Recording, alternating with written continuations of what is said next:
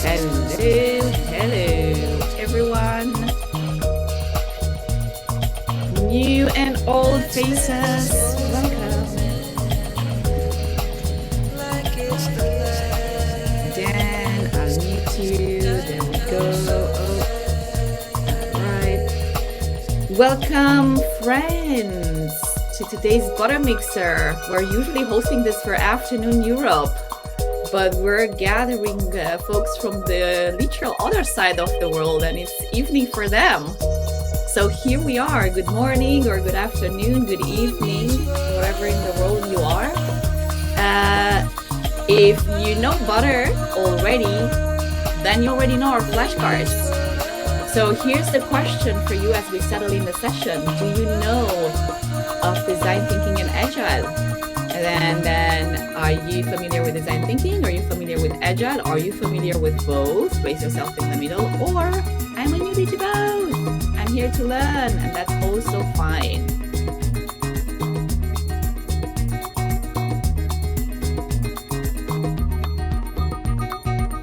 Nice. We've got some design thinkers in the room.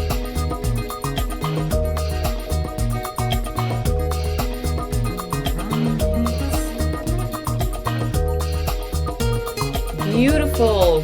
All right, so I'll kill the music, settle in, everyone. If we haven't met so far, my name is Anne-Maria. I'm tuning in from Amsterdam today. Feel free to head over to the chat and let us know where in the world are you joining us from. I am leading the Butter Community Project. I get to spend my time with cool facilitators, consultants, people doing cool stuff, and that's why I get to hang out with Anna, DJ, and all of you today.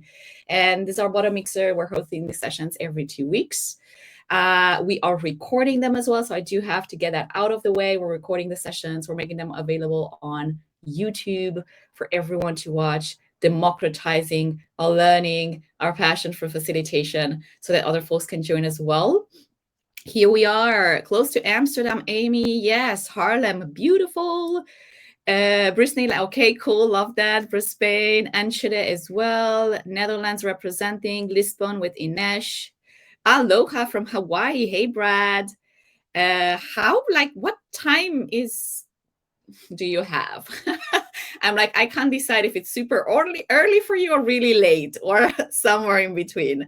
Hong Kong, good evening, Enschede, London. Okay, 9 p.m. Thank you for joining us. Beautiful. So let me introduce our hosts today and pass them the talking stick. Anna Franson, wiggle a finger to the camera. Dear Anna, hello. She's the principal design thinker at Aginic, where she is helping people collaborate, ideate, and co-create wonderful things. She's all about creating an environment where everyone feels comfortable sharing their ideas and insights. And she is joined today by DJ Daniel John. Hey, Daniel. Hello. And Daniel is the Senior Adaptive Delivery Manager at Aginic, and he brings heaps of experience in project facilitation, agile coaching, business development. He was a producer for several AAA video mobile games across a variety of platforms. So I think it's clear that he thrives on variety and loves a good challenge. I'm very, very excited to have you both hosting our session today. Take it away and tell us what is it that we're going to be doing for the next hour. Awesome. Thank you so much, Anna-Maria. So that was such a good introduction. I don't even know. It feels like we don't have to introduce ourselves, but we'll do a quick one anyway. So my name is Anna. I'm originally from Sweden, but I've lived in Australia for almost 20 years now. And yeah, still here, still loving it. My background is in graphic design, but throughout the years, it's kind of moved into digital and experience design and service design, and I'm doing what I love most at the moment, just doing a lot of design thinking stuff. And yeah, also collaborating with DJ and other people at Aginic to mix it up with Agile and making a good journey for our projects. And DJ, I'll hand Amazing. over to Yeah. you. So my name's Daniel. I'm originally from England, but I grew up in Australia. So I'm sure Sasha from London probably thinks I sound Australian, and everybody from Brisbane probably thinks I sound English. I've got one of those kind of mixed up accents. So my history is, as mentioned before, I actually started out in video games industry, working for the likes of THQ, Sony, Activision, lots of AAA games, working big teams, big budgets, lots of complexity. I then did the weird thing of running away from the circus to join corporate Australia, and I joined the Queensland government, working with the area that looked after qld.gov.au. Again, very, very different from the creative chaos of video games. It was very structured, very bureaucratic, lots of layers, lots of people with their own little fiefdoms and want to maintaining that control, trying to break down those barriers and work with people. So lots of coaching there. I've been with Aginic for about 4 years now. And the area that I work in is within the delivery practice, and that focuses predominantly within Agile.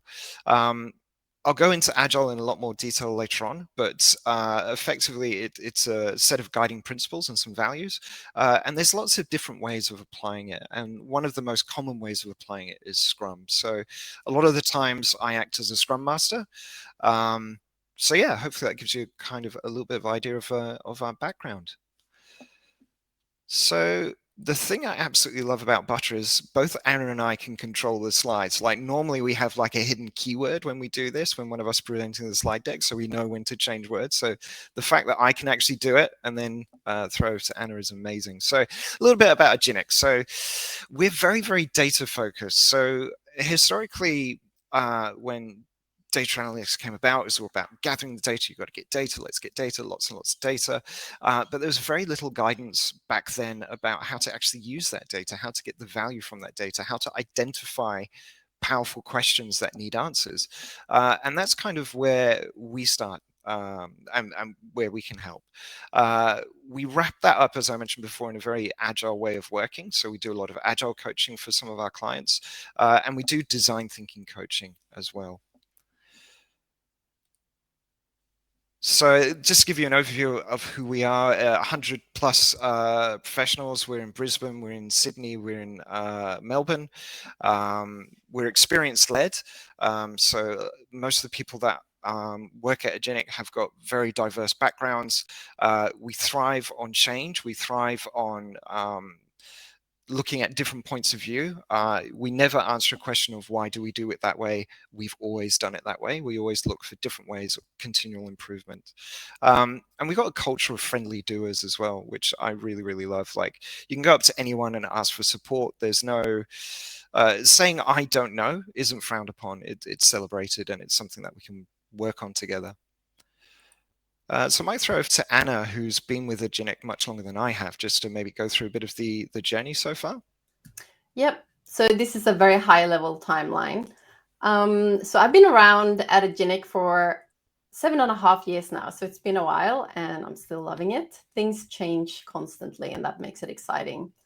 But yeah, let's take it back to the beginning. So it was founded in 2014 by Brett and Marty in Brisbane, and they used to work at a larger consulting company and decided that they wanted to break off and start something different, more agile, and a little bit more, I guess, a little bit less bureaucratic and just more friendly and also more agile and kind of adapt to change a bit better.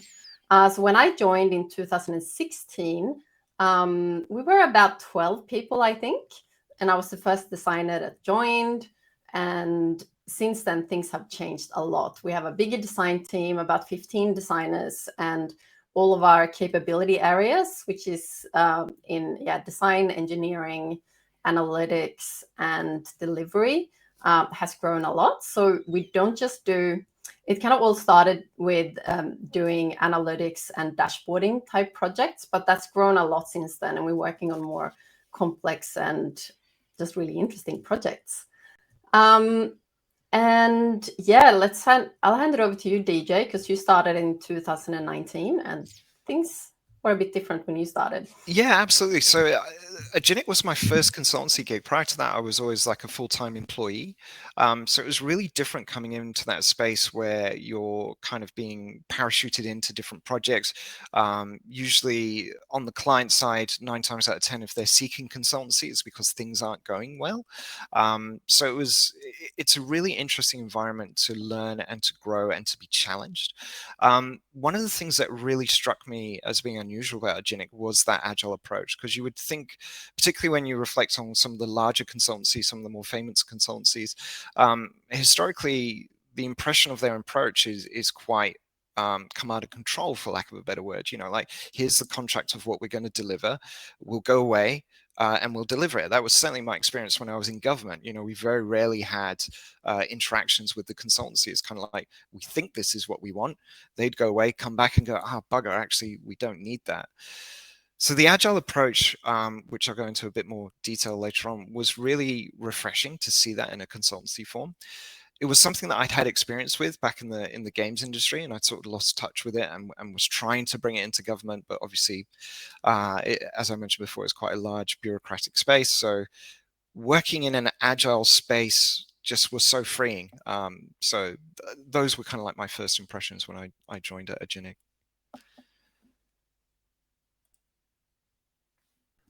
Awesome. I did see a question here in the chat for you, DJ. What is the difference? Oh no, that's for both of us, I think. I see design thinking coaching.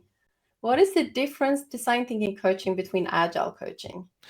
Yes, so I think what's the difference between design thinking coaching and agile coaching, Yeah. which is a great question. I'm hoping, I did see that, I'm hoping as part of this we'll actually highlight what some of the differences are and what some of the symbiotics are. So we might come back to that question if that's all right, because we might answer it as part of this presentation. Awesome.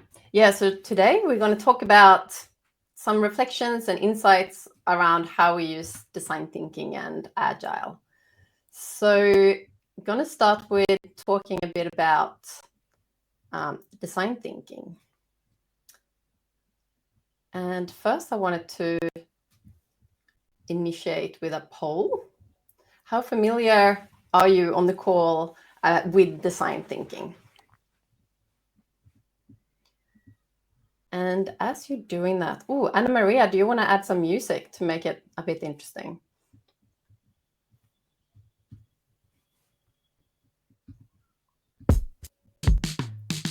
Nice.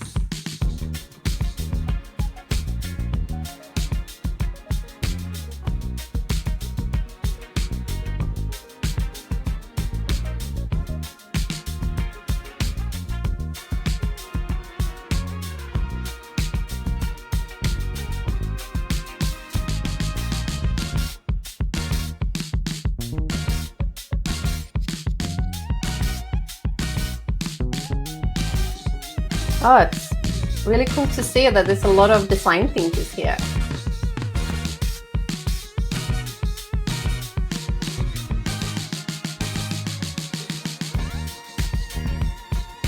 Awesome. I might see how many people have responded. I think that's almost everyone. Is there anyone who hasn't? Give a reaction. No, everyone has. Awesome. I'll just end the poll. That's awesome. It's good to see that what the range is like, because we have a few different slides and I can go a bit deeper in some that I was maybe going to skip. So yeah, exciting. And also we have questions at the end, but if there's anything that you want to ask while I'm talking to things, feel free to add something in the chat or even talk out loud.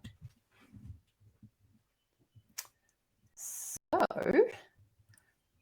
just going to open up the deck we have for today.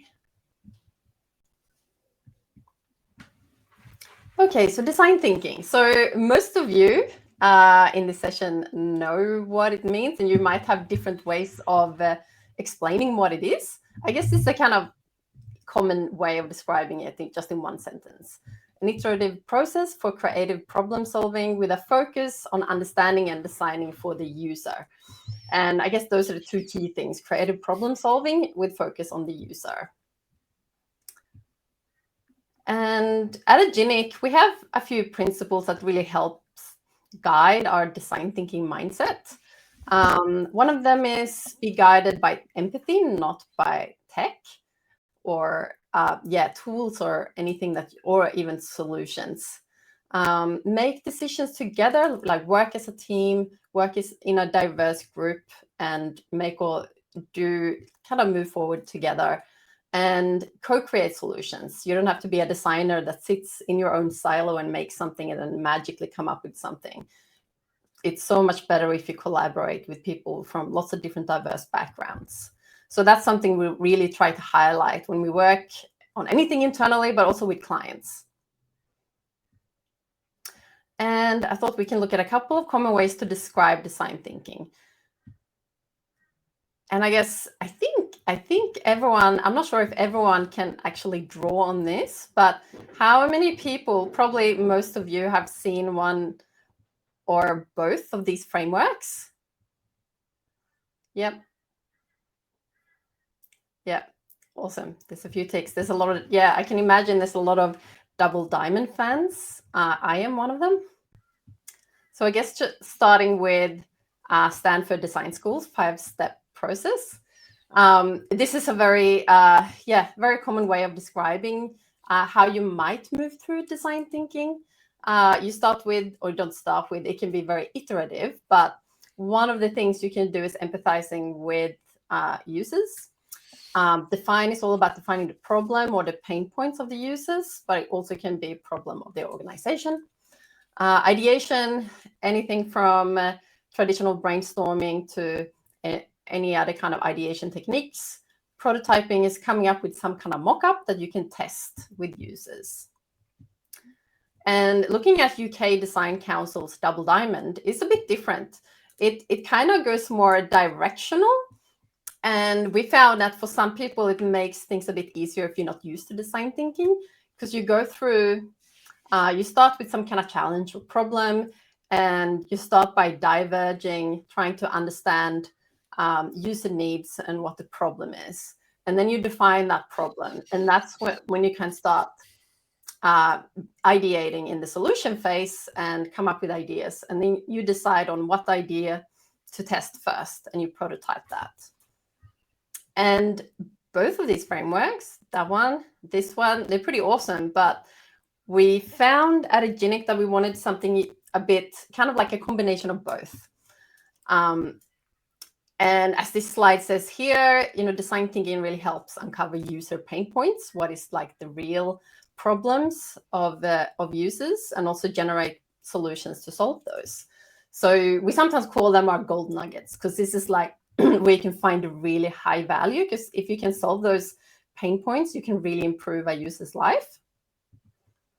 So what we've done is kind of combining, so first looking at the 5 steps in Stanford's Design School 5-step process, and we added an extra step, and it's just an extra define step. So they're kind of 2 parts of defining the organizational problem, and then defining, after you've done some research into the users attached to that organizational problem, you look into the pain points of the specific user. And then we start ideating and kind of go through that process. So what we've done, actually overlaid this across the double diamond. So we can kind of see when we diverge and when we converge. So diverge to do the research or explore different problems, and converge when we need to make a decision. And kind of that golden moment, the really most important moment where you, I guess, get back to throughout the project, is that middle bit, the gold bit, where you define user opportunities, which is most often user pain points. I'm not going to go too much into detail on this, but we'll make sure that you get this slide deck so you can kind of, look at it in your own time. And this last slide here, which is kind of just showing an overview, and this might be more useful for people who aren't used to design thinking, but it kind of just maps some examples of design thinking activities for each thing. So say in the define user opportunities, you might be doing problem framing. How might we pain point mapping is a thing that we do. Say in the testing phase, you might do interviews or A/B testing, surveys of observations. There are all these different things that you can do. And yeah, I think that's it from just kind of introducing design thinking very quickly and handing it over to DJ. Yeah, absolutely. So the flow that we're going to take is we'll go through design thinking, we'll go through agile, and then we'll do a little section on how they overline. And I think as we go ahead, you'll see similar themes coming up, delivering value, focusing on the user, people focus, solving problems. I always think it sounds a little bit dramatic, but whenever I approach a project, I always think I'm making someone's life better. Otherwise, what's the point of the project? Whether it's, an end user or answering a question through a dashboard or solving a problem, you're making someone's life better. So before we deep dive into Agile too much, I do have a similar poll. I don't know, Anna, if you're able to bring that up. Yes. Thank you. Jump but yeah. to the next step. Just really keen to get like a lay of the familiarity of Agile as a whole. So one, you're not really sure. Agile, yeah, I'm a little bit flexible, right through to 4, which is, I'm really familiar. I've used the principles. It's something I'm really keen on.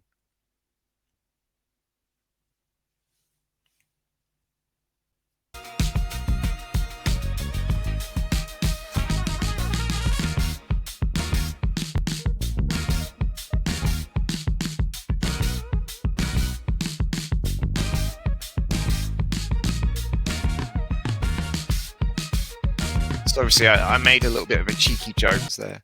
So if we pop on to the next one, what do you think about this one? Which one do we value more? Do we value individuals and interactions, or do we value processes and tools?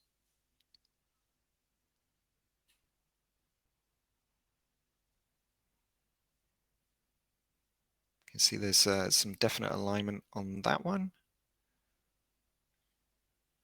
All right, how about this next one? What about responding to change or following a plan? Which one do you value the most?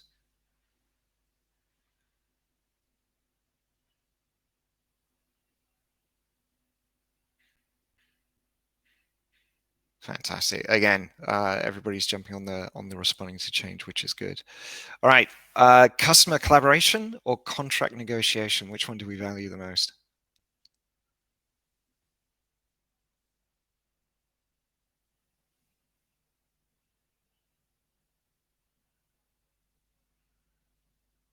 Amazing.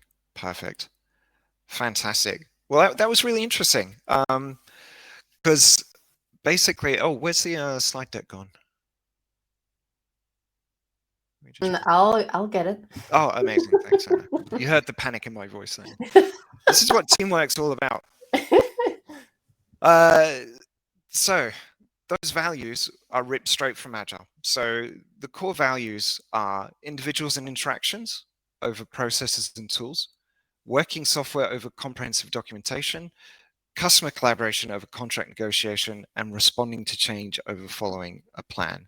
So something I really want to call out here, and it's quite often misconstrued, that we value one, not the other. That's not the case. We value both. Processes and tools, absolutely, they are valuable.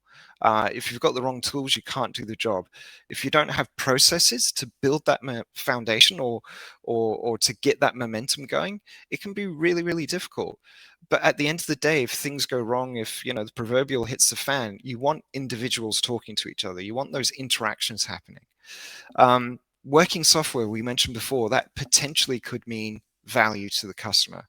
So the example I like to give is, when was the last time you read the comprehensive documentation to Gmail or to Outlook? Or, there's so many software and applications out there that are just well designed. They make sense. So that having that working software is definitely more valuable than comprehensive documentation. But documentation is still valuable. Whilst we're in the process of building, you need to know where something is at. You need to have that visibility in case someone wins the lottery and they decide not to come into work, or someone needs help, or something goes wrong. You can reflect back on what we've captured, and that can help us progress forward. But ultimately, if push comes to shove, we're going to prioritize and value that working software. Customer collaboration over contract negotiation is always a really tricky one to sell, particularly when you're a consultancy, because very few clients want to go, no, we're fine, blank cart, you guys can do what you want. They generally have something very, very strict in mind that they want us to be doing. Our approach with that is that part of our general approach is to kick off with a discovery sprint, and we'll go into more detail a bit later on.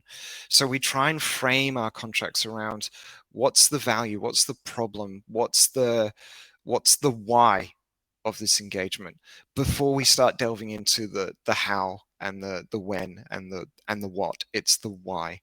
And again, when I was in government, a lot of times contracts would be signed with vendors. They would go away, do their own thing, come back, and what we got wasn't actually what we needed. It would have been much better to have collaborated during that development phase, have some visibility, have opportunities to provide feedback to ensure that at the end we're getting value. Because as I mentioned at the start, we're trying to make people's lives better. I know that sounds dramatic, but best way to do that is to talk to people, to collaborate with our customers.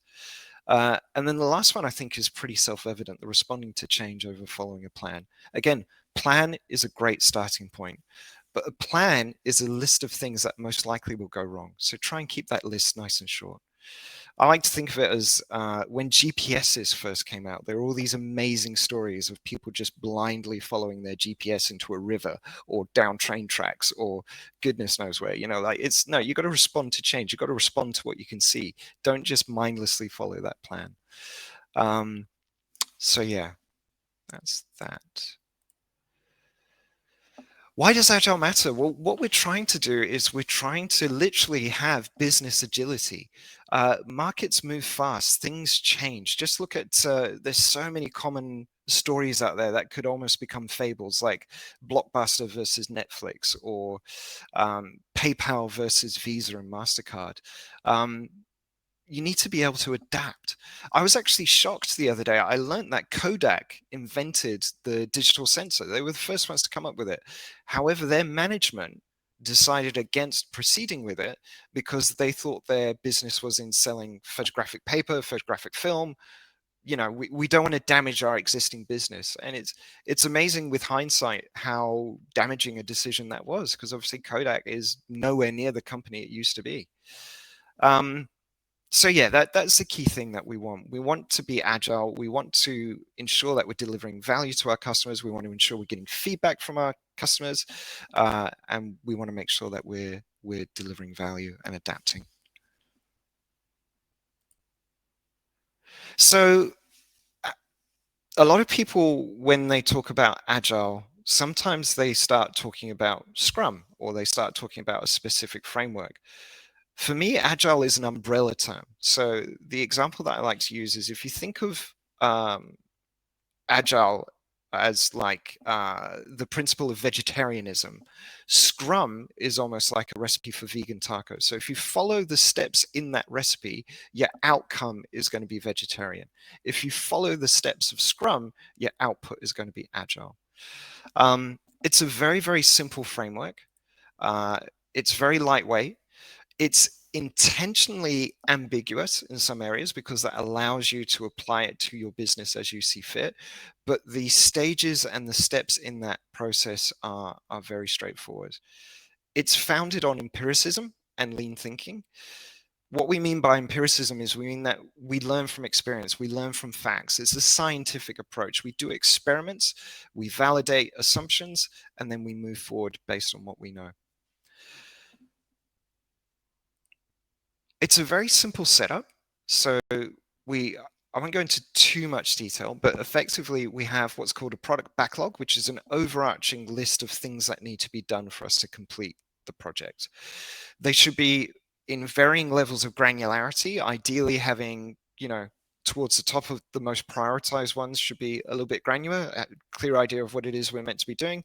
As you go down that list, those items get bigger, they get woollier, they get fuzzier, because we don't want to plan too far in advance. As I mentioned before, we don't know what's around the corner. We don't want to dedicate too much time to listing out every single step in the project from here to next year. I don't know what I'm doing next year. There's no way I can predict what the team's going to be doing next year. So bringing that focus right back. What can we deliver in the next couple of weeks? What can we deliver in the next month? Items from that backlog are brought into what's called a sprint. A sprint is simply a time box. Generally 2 weeks is what we use at Aginic, but the people use different times depending on their circumstance. The first ceremony of a sprint, so there's several ceremonies in a sprint. The first ceremony is sprint planning.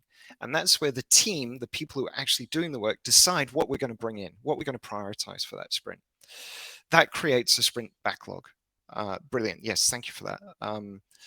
The sprint backlog is then what we are focused on for those 2 weeks. So a lot of times when we approach large bureaucratic clients and we say, hey, we've got this agile way of working, we use Scrum, they think that we're just chaotic and we're just reacting and we don't actually have a plan. There's actually a really strict plan.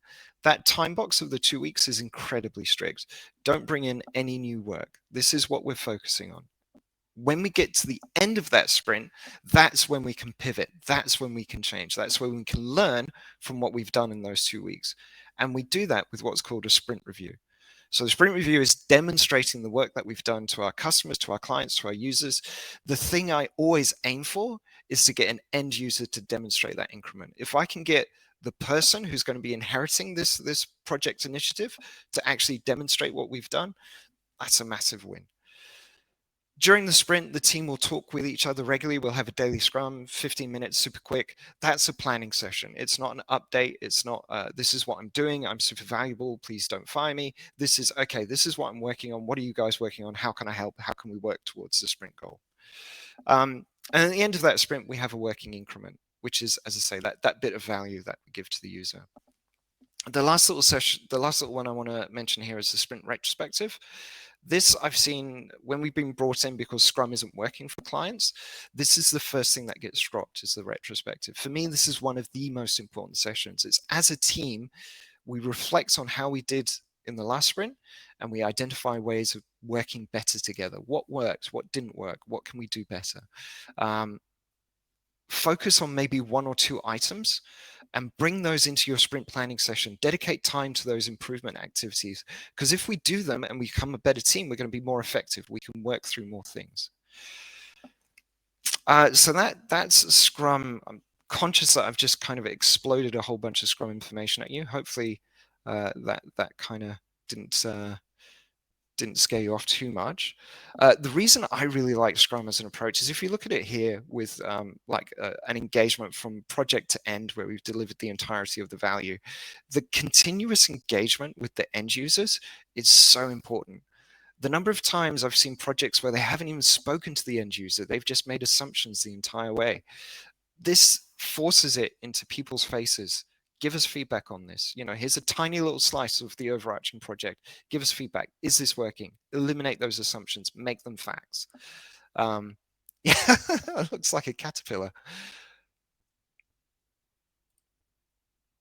And this is just another visualization of that vertical slicing. So again, what I've seen most commonly is let's build the infrastructure first, and let's do the ELT or ETL. Let's do the data modeling. Let's do the visualization. So doing each complete layer first before moving on to the next one. The problem is that the client doesn't, or the end user doesn't get any value from the infrastructure or the data modeling. What they get value from is a tiny little vertical slice. So maybe if we just have one little working graph or something like that, just identify that, work it through end to end, get feedback on that little thing. Yes, that works. No, it doesn't work. Okay, pivot, grow, build, keep going along. Fantastic. So let's have a bit of a look of how design thinking and agile work together. Yes, awesome. So yeah, now we're going to talk a little bit about the symbiosis. What make them connect so well? So this slide has some information from an IBM article that talks about agile and design thinking, and I think it has some good snippets of information there. So it's talking about that design thinking looks at the why of a problem and focus on generating ideas with a very user focus lens. And agile then focuses on the how. How are we going to make this idea come to life? So it's the project delivery and breaking up the planning and scope the work into smaller units so we actually get things done in every sprint. And you can see there's a lot of things that kind of overlap with each other when it comes to design thinking and agile. Like one of the big things for both is a focus on the user and collaboration and co-creation and doing user testing, and also that constant iteration. Always keep on testing and keeping on improving. Is there anything you want to add there, DJ?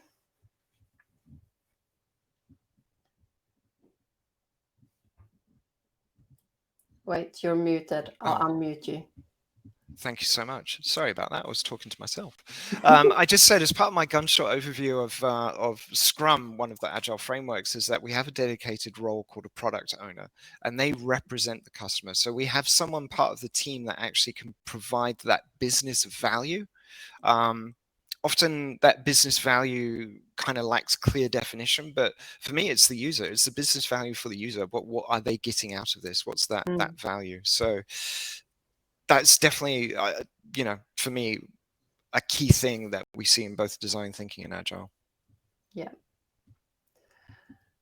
And I guess something that both agile and design thinking is kind of working or kind of focusing on as well is having some kind of incremental value. And that's definitely a term that agile uses.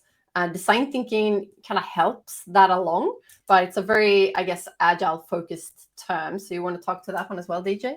Yeah, absolutely. So for me, the way that, before we get into the agile aspect, for me, the way design thinking would feed into this is that first row we've got, we're just trying to build a car. We're not talking to the user. It's like they need a car. That's what they need. Let's build that. If we apply design thinking in this aspect, we identify who the user is, and we understand that actually they just need a mode of transport. What is that mode of transport? So if they need a mode of transport, with this little image here, we borrowed this from Henrik Nyberg, who does an amazing video around Agile and Scrum and product owners. Strongly recommend you check out his stuff. It's really, really good. With this, you can see it's like, well, if you need to get from A to B, how about this little skateboard? Let's see if that works for you. It's like, well, it's a little bit unstable. I can't really steer it. It's like, okay, steering's a problem. Let's whack a little steering wheel on it. Okay, how does that feel? It's like, well, it's a little bit better, but I don't want to be using all my effort. I want some gearing in there. And then you sort of move on to the bicycle, which, that's got some gearing. We can move. It's like, yeah, we're heading in the right direction. And then we hit the motorbike. So at each of these phases, the user is getting to go somewhere. They're getting to go from A to B. They're getting some value from that, and they're getting the opportunity to provide some feedback.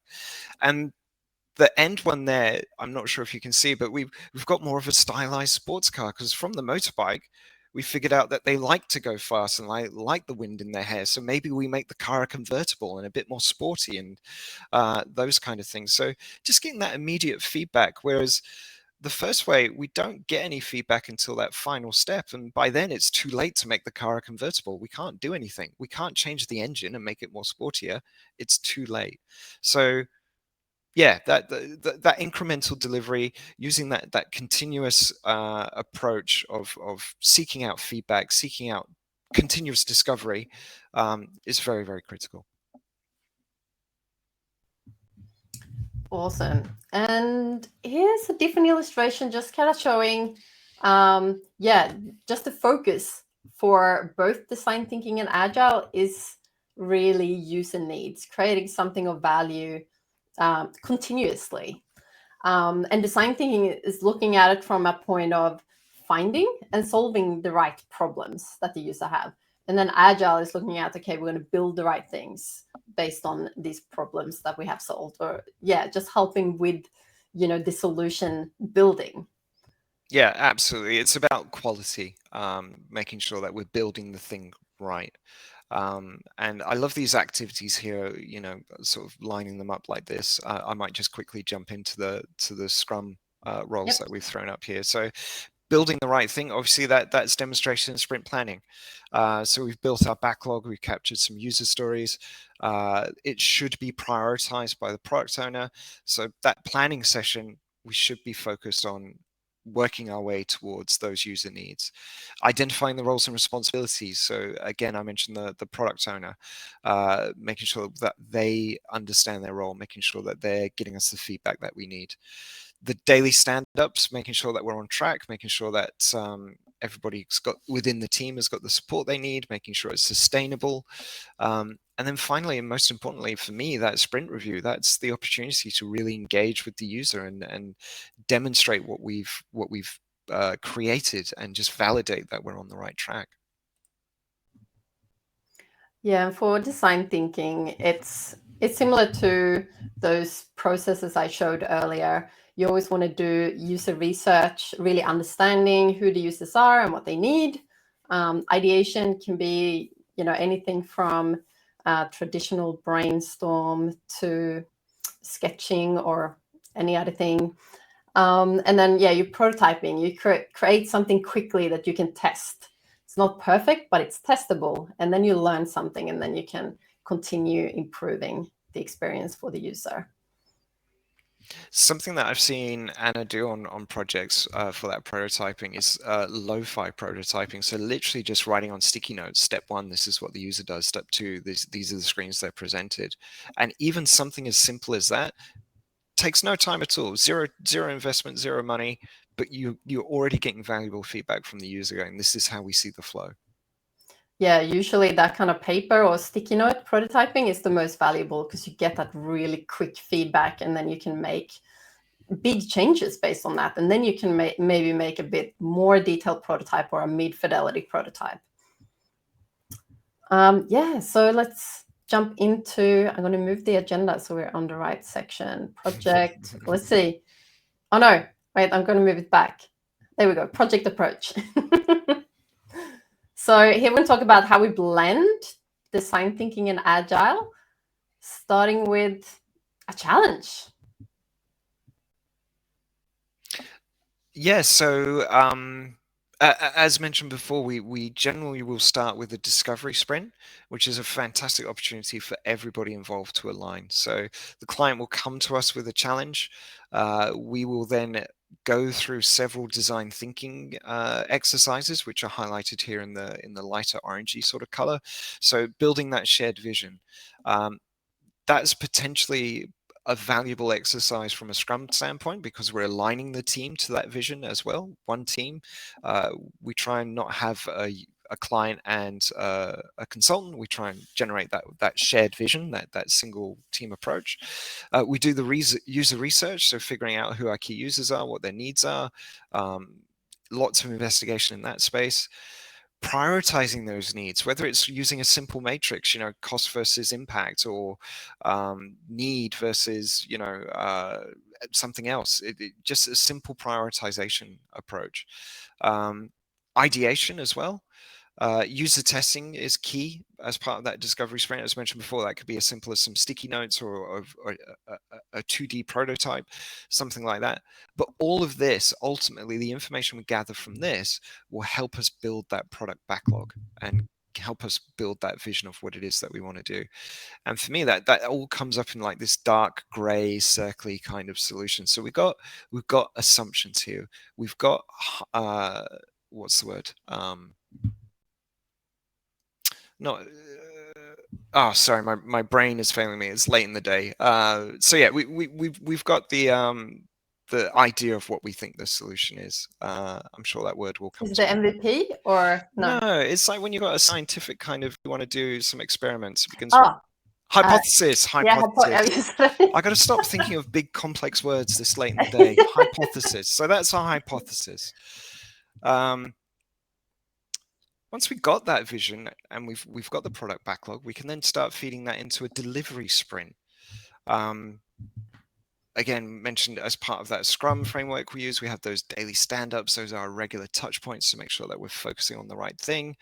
It kicks off with sprint planning. So the solution, the hypothesis, what small, tiny little aspects of this do we want to bring into the sprint? We got the product owner who helps us there. We got the sprint backlog, which then feeds into the sprint. We finish it with the sprint review, which we'll look at. Here we've kind of demonstrated little vertical slices of the solution with these little white shapes. So we're starting to bring some light to this darkness. We're starting to bring a bit of clarity. So here's a circle, here's a square. Is this what you need? Is this helpful? Is this useful? Getting the feedback from that. And then underpinning it, as I mentioned before, we have that continuous discovery aspect. So this is our design thinking. So making sure we're doing those iterations, the user testing, the needs prioritizations. Was there anything you wanted to add to that, Anna? Yeah, maybe just for the discovery sprint, especially for more or less all of these things, and of course user testing, we want to make sure that we include users. Like when we're prioritizing the user needs, the users should be part of that. And also when we come up with ideas on how to solve them, if we have the users in the room, that also helps. But it's also good to have that diverse team. So you have the core team, which is a mix of, the client and us. And also, depending on what the project is, we make sure that we don't just have, say, a design thinking facilitator and then the client. We make sure that we have the people that will be involved throughout the project, like an analyst, a software engineer, whoever needs to be there and understand all the problems and also help solve those problems from the beginning. I think that's kind of what I wanted to say. Perfect. And this just continues. So it's just a rinse and repeat, and we adapt and grow based on what we learn. So what do we learn from the circle and square? Well, maybe a rectangle is a good idea, and then we'll throw that in there and we'll get feedback on that. Perfect. So before we jump into favorite tools, I noticed that there was a bit of a question there about, since we don't know for sure the solution will look like and how much effort, time, and other resources are needed to get to the final deliverable, how do you price a project? That's a fantastic question. So being a consultancy, what we generally do is advise a discovery phase. Generally, the client has a good idea of what it is they're trying to achieve. We'll use that discovery phase to really sort of deep dive on the data, the infrastructure, what it is they have, what it is they need. So we'll generally advise something like a discovery, and then based on what the assumptions are, maybe 2 or 3 sprints worth of work, depending on how much there is to do. Because we're constantly focusing on the high priority stuff, at the end of that 3 sprints, we will have delivered what is most important to them. Whether it's all of it or just a subsection, that's something we learn as we go along. But that prioritization is the key thing. So it's more about capturing the scope, capturing an idea of what it is that we're going to be working towards, and then potentially say, let's try 3 sprints. We're confident that that's where we can get to, and let's have those open conversations as we progress, if that changes or pivots. Yeah, that's kind of what the discovery sprint outcome kind of looks like. It just has a circle there, and it's kind of showing that, okay, we have a holistic view what's going on. And then we can start building that backlog, and then you can see those incremental bits of value for the user in the other from the delivery sprints. And we got some amazing analysts, we got some amazing engineers. They've got so much experience that they can generally have a look at something, get an understanding of the infrastructure, and provide a pretty good estimate. Estimating is a super hard thing to do. It's an amazing skill. But yeah, that's kind of how we approach it. And we're open and honest in that, we're not guaranteeing anything. This is what we think the best approach is. This is how we would go about it, and then take it from there. Yes, that's right. So we use sprints, and we use cross-functional squads. And within the pricing, we have flexibility to dial up and dial down. So towards the start, we might have a lot more design input and a little bit of analysts and engineering to be there for the sessions and to help out. And then as we head into that delivery phase, we might dial down the design and dial up the engineers and the analysts, and then we can pivot and adjust as we need. So it's just about being flexible, basically. Customer collaboration over contract negotiation, that's what we're aiming for. All right. So favorite tools, I think you're off first, Anna. Yes. So we thought we'd share a favorite tool each. My one line lies within the discovery sprint. So making sure that everyone is aligned on what the vision is for the project. So it's really just reframing the problem. So not saying we have this problem or we already thought about the solution, but looking at in the future, say in a few years, how will this project have improved lives for the users? And one of my favorite activities is called News from the Future. So it kind of helps reframe a problem where you kind of look at, okay, in a dystopian or dystopian future, the project never happened. Nothing changes, nothing improves. What are the risks of not changing our ways? And then you do another activity where you have the utopian news from the future where there's been a huge improvement in people's lives. What has changed? What did the project do? What awesome things did we succeed doing? And that could be a nice way to kind of start setting that shared vision that will act as a North Star for the rest of the project. And I'm a bit conscious of time. I had an activity that we could run, but I think I'm going to skip it. But this was like a question that we could play around with. But we're going to share the actual tool with you so you can play around with it. So I'll hand over to DJ. That is a terrifying photo. Which one? This one? Yeah, needs a hat. Put a hat on him, for God's sake. Fantastic. So yeah, the thing that I wanted to go through was, in my experience, one of the hardest things is to build that initial something here, to build that initial backlog, the initial product backlog, which will then feed into our sprint backlog. When you're presented with you're at the very start of a project, and you've got this big blank paper and you're there with the team and you're just trying to figure out, well, okay, what's the first step? How do we start breaking this down? A tool that I like to use to build momentum involves, first of all, grabbing that value statement, so that vision statement that we would have got from that initial exercise that Anna went through, looking at that and really understanding it. So for this one, I've grabbed an example from a online language school. So it's for people who want a convenient way to learn a new language. The online language school will allow students to stay open 24/7. Unlike physical language schools with set class times and locations, our product will provide a totally web-based learning experience. So that's a nice little vision, gives us a rough idea of what it is we're trying to achieve. What we then do is break that down into the user flow. So as a user, how do I achieve that goal? Well, I'd go onto the website, I'd create an account, I'd select the course that I want to study, I'd manage my order, I'd study that course, I'd take a test, and then bam, I'm fluent in a brand new language. Once we've done that, what we can do is start ideating features. So what aspects of these steps do we need to actually create? So create an account, username and password, or does it need to use Gmail credentials? Does it use Hotmail credentials, etc., etc.? Selecting the course. Do we want to select multiple courses? Managing the order. Do we want Visa? Do we want PayPal? How is that handled, etc., etc., etc.? Once you've done that, the next exercise step would be to just prioritize what are the absolute must-haves. If we don't have this, we don't have a product. If we don't have this, we don't have a service. If we don't have this, the user can't achieve the vision. If you draw a line around what the absolute must-haves are, everything above that line is your MVP. So this is where we're going to start focusing on breaking that work down, start creating that product backlog. It's not perfect. It sometimes doesn't work as well as it should, but in terms of a starting point, in terms of getting the conversation going, I just find this a really, really useful tool. Fantastic. So I think we've got a bit of a Miro toolbox to share. Yes, we do. I'll share the Miro board link here.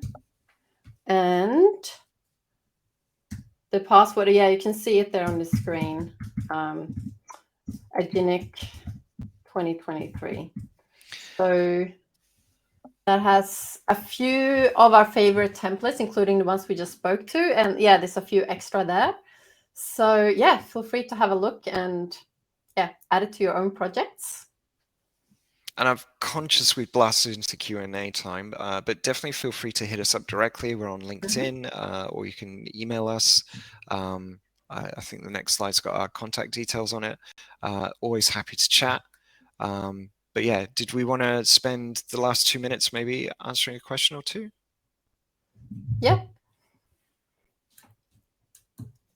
Does anyone? Yeah, thank you for everyone that joined. And yeah, do you have any questions? Write in the chat or speak out loud if you would feel like it. So I can surface one from Brad in the chat. Brad, I don't know if the question was answered already. Feel free to unmute and ask the questions related to the folks that are involved. Was this around when it comes to discovery and delivery? Yes, it was when we talked about the process. So design sprints and discovery. And about the Miro link, do not click on the copy link because it truncates there something. Just hover over the initial link, like right below Anna's name, and just copy that link and give it a try like that. Gotcha. Okay. Yeah. Awesome. Yeah. So when it comes to the teams, I think we talked about that a little bit, but I'll unmute you if that's all right. Yeah. Can you hear me? Yes. Now. Hi, Brad. Oh, thank you so much. Hi. Cheers. Yeah, thank you so much. I was curious, my last question was, with that cast of thousands, is that both technical and functional individuals, stakeholders? Yeah, so we'll generally do like a kickoff session, like a project kickoff session, and that will have stakeholders, business value, technical, functional. That will be a really large group, and that's where it's a really good exercise in building that alignment, identifying who those key stakeholders are. We usually do a session of a bit of a round table. Who are you? What are you here for? What's your involvement with the project? What's your availability, crucially, as well? And then that helps feed into some of the later sessions. So we'll spend a good week or 2 weeks doing discovery. And do you employ an open space concept, opt-in or opt-out, that notion? You know that? In terms of opting into the meeting or not? Yeah, are you familiar with open space? No. What do you mean by that? Yeah, it seems like Anna maybe knows, but open space is really. I'm sorry. I thought you should. No. Yeah, open space is basically you're looking for people to opt in, volunteer to come to meetings to have the discussions, rather than being forced or assigned. So you look for value-added participants. Gotcha. I'm just getting more familiar with it, but I understand it's scalable from 10 to hundreds or so people. So I was just wondering. Sounds like an amazing approach. I think one of the constraints that we're working with is that time constraint. So obviously, as a contractor, we generally have kind of like a fixed time that we've got to work with people. So it's really important for that initial session to just try and get that clarity from as many people as possible. And then once we've got that clarity and we've got a clear understanding of who's who in the zoo, we can make sure that the future sessions are tailored and focused on the right people. So ideally, we don't want to be wasting people's time. We don't want every session to be a cast of 1,000. It's just that first initial one. Let's have that big alignment. Let's really understand what the vision is, what the problem is. Why are we all here? And then we've got that clarity. That's when we can start tailoring those other sessions.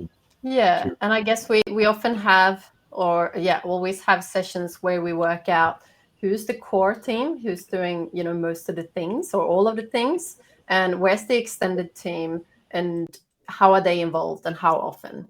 So it's finding that balance, and that's where you have that opt-in and also seeing who will add value and who needs to be there for certain reasons. But just building on that opt-in thing, if you check out Steam, which is a video game company, they made Valve. They made Steam and Half-Life and a bunch of other games. If you check out Valve's approach, nobody has any job titles. You have a desk on wheels, and you go where you're needed. That's it. And it sounds kind of almost similar to that. You opt in to the meetings whether you want to go. It's like you opt in, or you take your skills where they're needed, as opposed to restricting yourself or pigeonholing yourself with a job title. Awesome. I actually forgot about Valve. I actually know Gabe Newell from. Oh, nice. Awesome. Thank you. Oh, sorry. Portal's a great game. And Portal 2 as well. Game Police is in the house. Go baby. And we've got another question from Razan. If Anna and DJ have a moment, Razan, do you want to come off mute and ask the question? Otherwise, I can read it out. Okay, we deliver value in each sprint, and that value is verified by the client during the sprint review. But what about the users? Do we do user testing every sprint? Yeah, absolutely. So I mentioned during when we were sort of covering that sprint review is what my dream is, what I aim to do is to get a user to demonstrate the increment at the sprint review. We're definitely trying to make people's lives better as part of this project work, and for me that's the end user, the person who's going to be using this increment, this project, whatever it is we're working on. So yeah, absolutely, get the users involved as much as possible. All right. All right. Thank you very much, Anna, DJ. I took lots of screenshots. We'll make sure to send the PDF your way with the Miro board, with all of the good stuff that you guys have prepared for us. Thank you very much for your time, for all the insights, for the ideas, and thanks everyone for joining, for your attention, for the great questions in the chat. Big round of applause, and enjoy the rest of your day. See you very soon. Thanks so much, everyone. See you then. Bye-bye. Thank you. Take care.